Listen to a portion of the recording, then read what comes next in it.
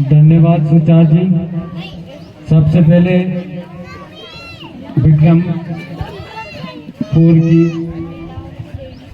ग्राम के सभी देवी देवताओं को नमन और आयोजक समिति को बहुत बहुत धन्यवाद जो कि हमें बोलने का अवसर मिला और हमारे बीच में बैतूल और महाराष्ट्र से आए अतिथि उनको भी बहुत बहुत धन्यवाद जो कि हमारे ज़िले में आकर हमारे युवाओं को अच्छे जानकारी दी। हाँ। और साथियों, मैं आपको एक विशेष बात कहने जा रहा हूँ। अभी बीच में एक किसी माता की तरफ से एक जवाब आया था, उसको मैं अभी क्लियर कर देता हूँ। जो उन्होंने बोला था कि जैस हमारा कोई मदद नहीं करता, ना कोई संगठन नहीं करता, सब बिक जाता। मैं आप सभी को बताना चाहता हूं कि जब की बात पीपलिया में एक जो घटना हुई थी उसको हम सब ने, हमारे माननीय भलावी जी, राकेश ककोड़िया, सत्यनारायण सुचार, ऐसे कई क्रांतिकारी लोग थे जिन्होंने उसको उठाए थे। और दूसरी बात मैं आपको बताना चाहता हूँ, जो मामला को लेकर उन्होंने बात कही थी उसमें मैं क्लियर कर देता हूँ।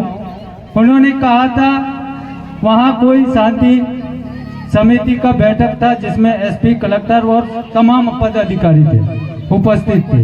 उसमें हमारे जैस के और वर्तमान जिला पंचायत सदस्य उपस्थित थे। किसी न्यूज के माध्यम से फेक न्यूज छाप दी। जैस के जिला अध्यक्ष राकेश ककोड़िया ने कहा कि मैं हिंदू समाज का विरोधी हूं या कोई रावण का विरोधी हूं। ऐसा मेरे तरफ से कोई नहीं कहा गया था, लेकिन किसी ने छाप दिए। हालांकि उसका खंडन हम लोगों ने किए थे, लेकिन उसका मैसेज कुछ लोगों ने गलत तरीके से वो कर दिया। तो मैं आप सभी को बताना चाहता हूँ, तब भी शोषण, अत्याचार हरदा जिले के अंदर होता है बगैर स्वार्थ। हमारी स्थिति भी आप लोगों को पता होगा, किस परिवार से आते हैं। हमारे मकान भी आप देख सकते हैं, कैसे हम घूमते हैं, कैसे हमारी गाड़ियां की पेट्रोल डीजल का मैनेजमेंट करते हैं। लेकिन शोषण के लिए आधी रात 2 बजे भी रात को आप लोग फोन लगाते हैं। मैं आपको बताना चाहता हूँ कि यहाँ विक्रमपुर में जितनी भी घटना हुई उसको लेकर राकेश ककोड़िया ने आवाज उठाई और लगातार आवाज उठाने का काम किया। और मैं आदिवासी समाज का बात नहीं करता, अभी यहाँ के 2 जो सामान्य समाज के लोग जो राजपूत समाज के थे, उनके साथ भी किसी के द्वारा उनका मर्डर करके नदी में फेंक दिए। उनकी डेड बॉडी नदी में मिली और हमारे ही आदिवासी भाई को जबरन फंसा दिया। उसमें भी हमने कहा कि नहीं यार, हमारे आदिवासी समाज हो सकता भाई, है ना, इनको जबरन फंसाया जा रहा। तो ऐसा का वैसा ही हुआ। उस विषय को लेकर भी हमने एसपी साहब और बस तमाम जिले के पदाधिकारियों से बात की है, लेकिन कुछ एविडेंस हम लोगों को नहीं मिला, इसलिए हम लोग लड़ नहीं पाए। तो मैं चाहता हूं साथियों, उस विषय में भी जो कोयलारी का मामला है, उस विषय में भी दोबारा जांच होना चाहिए। जिनका अपराधी और कोई है और जेल जाने वाले हमारे आदिवासी निर्दोष है। क्योंकि मैं उनसे जेल में जाकर मुलाकात की थी, उन्होंने कहा था कि ये हमारे द्वारा नहीं किया गया, लेकिन हम उस समय वहां से निकले थे।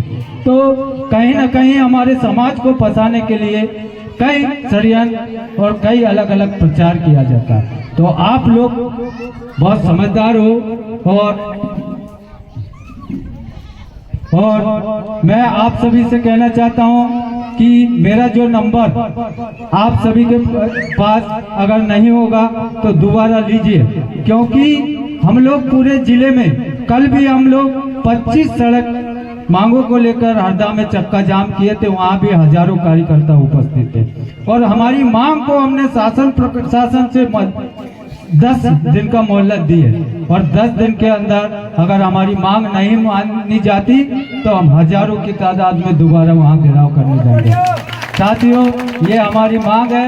मैं ज्यादा कुछ नहीं कहूँगा कि बहुत सारे हमारे युवा साथी, मतलब कि सिर्फ मैं अभी जो सिराली से रैली के माध्यम से यहाँ हम लोग आए, बहुत सारे लोग थे, बहुत वहां तक डांस और नाचते कूदते चिल्लाते, लेकिन यहाँ जैसे ही सभा का कार्यक्रम स्टार्ट हुआ पता नहीं कहाँ कहाँ चले। तो ऐसे लोगों की आवश्यकता नहीं जो डांस करे और वो करे। सामाजिक मुद्दा अगर लड़ना है हम लोगों को तो संघर्ष करना पड़ेगा और एक एक बात सुनना पड़ेगा, तब हम लोग लड़ पाएंगे।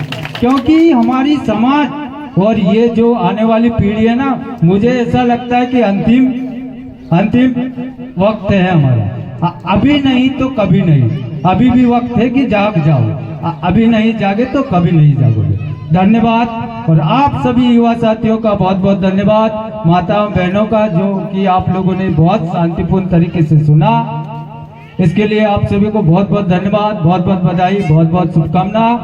जोहार, जय आदिवासी, जय मोटवा, जय पड़त।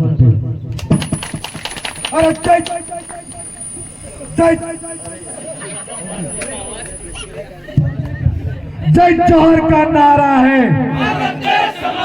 अरे जय जोहर का नारा है। आदिवासी एकता जिंदाबाद, आदिवासी एकता जिंदाबाद, जिंदाबाद जिंदाबाद, बहुजन समाज जिंदाबाद।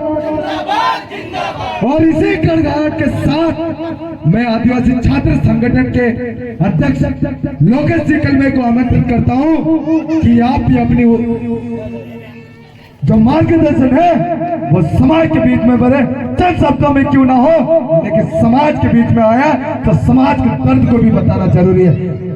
अध्यक्ष जी,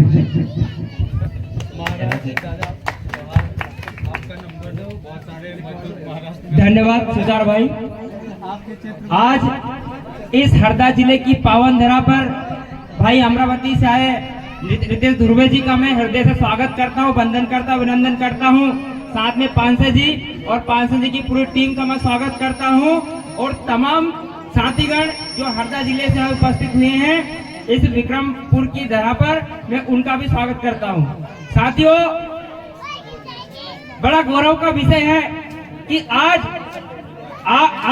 इस विक्रमपुर की धरा पर जो विश्व आदिवासी दिवस बन रहा है वो कहीं ना कहीं छोटे छोटे रूपों में बन रहा है। साथियों, ये विश्व आदिवासी दिवस प्रीतम भाई ने बताया था कि एक छोटे से हॉस्टल में मनाया जाता था, लेकिन आज 8 से 10 साल के अंदर हरदा जिले के मुख्यालय पर जो जिस प्रकार से 9 तारीख को विश्व आदिवासी दिवस बनाया गया, इसको देख करके हरदा जिले की दोनों विधानसभाओं के नेताओं के कान खड़े हो गए साथियों। और ये आप सबकी विचारधारा, ये आप सबके सहयोग के साथ हुआ है।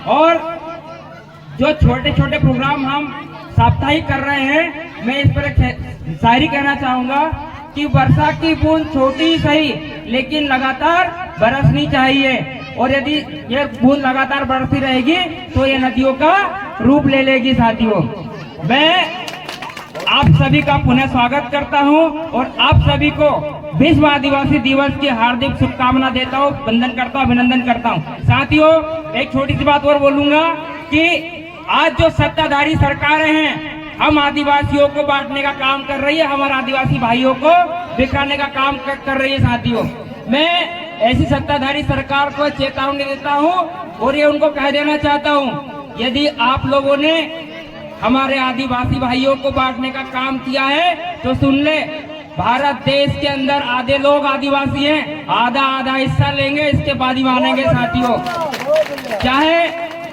मणिपुर की घटना हो, वहां पर भी इन सरकारों ने भी यही काम किया है, दोनों आदिवासियों को लड़ा करके सरकार की राजनीति चमकाने का काम किया है। साथियों, और बोलने को बहुत कुछ है, लेकिन आप लोग काफी देर से यहाँ पर बैठे हुए हैं। मैं मेरे साथी भाई सत्यनारायण सुचार जी का, हमारे आज के कार्यक्रम मुख्य अतिथि रमेश मस्कोली जी का, बड़े भाई धन सिंह भलाव जी का और हमारे साथी पुष्पम कलम जी का, तमाम मेरे क्रांतिकारी और हमारे योद्धा वीर शेर भाई महेंद्र काशी जी का, सभी का हृदय से धन्यवाद देता हूं कि आप लोगों ने समय निकालकर यहाँ पर उपस्थित हुए हैं।